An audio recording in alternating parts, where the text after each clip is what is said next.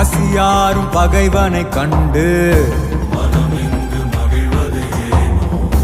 விழியோர காணல் கண்ணீரில் பொய்யும் மெய்யாகுதோ